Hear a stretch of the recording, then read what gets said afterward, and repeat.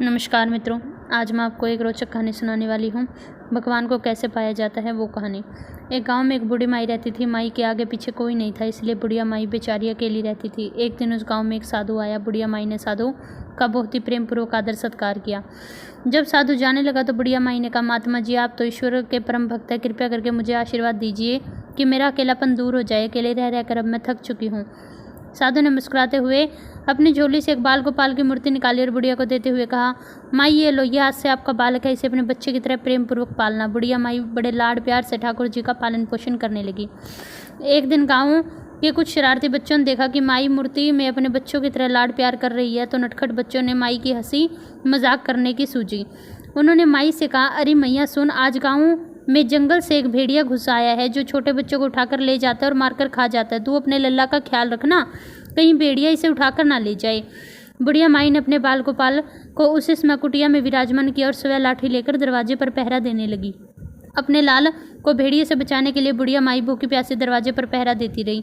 पहरा देते देते एक दिन बीत गया, दूसरा दिन बीता, तीसरा दिन बीता, चौथा दिन बीता, फिर पांचवां दिन भी बीत गया।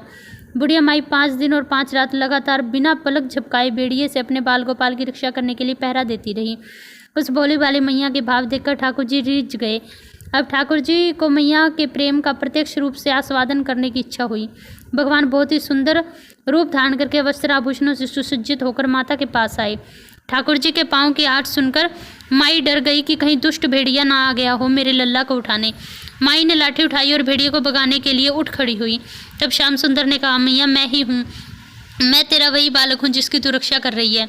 माई ने कहा, क्या, चल हट, तेरे जैसे बहुत देखे हैं, तेरे जैसे सैकड़ों मेरे लाल पर न्यौछावर कर दूं। अब ऐसे मत कहियो, चल भाग जा यहाँ से। ठाकुर जी मैया के इस भाव और एक निष्ठा को देखकर बहुत ज़्यादा प्रसन्न हो जाते हैं। ठाकुर जी मैया से बोले, अरे मैया, भोली मैया, मैं त्रिलोकी का नाथ हूँ, मैं भगवान हूँ, तुम मुझसे जो चाहे वर मांग ले, मैं तेरी भक्ति से अत्यंत प्रसन्न हूँ। बुढ़िया माई ने कहा, अच्छा आप भगवान हैं तो मैं आपको कोटि कोटि नमन करती हूँ। कृपया करके मुझे यह वरदान दीजिए कि मेरे प्राण प्यारे लल्ला को भेड़िया उठाकर ना ले जाए।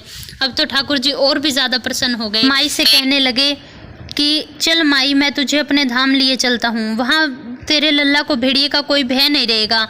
इस तरह से वह बुढ़िया प्रभु के निज धाम चली गई। इस कहानी से हमें यही सीख मिलती है कि अगर भगवान में सच्ची श्रद्धा और निष्ठा रखें तो भगवान ज़रूर आते हैं। भगवान तो सदा ही भक्तों के लिए हैं, भक्तों के बिना भगवान कुछ भी नहीं है। अगर आप मन में यह भाव रख ले कि भगवान मेरे और मैं उनका हूँ, तो आपकी मदद के लिए भगवान ज़रूर आएंगे। धन्यवाद। अगर आपको ये कहानी पसंद आए तो चैनल को सब्सक्राइब और वीडियो को लाइक करें इसी तरह की और कहानियाँ सुनने के लिए, और अपने परिवार का ध्यान रखें।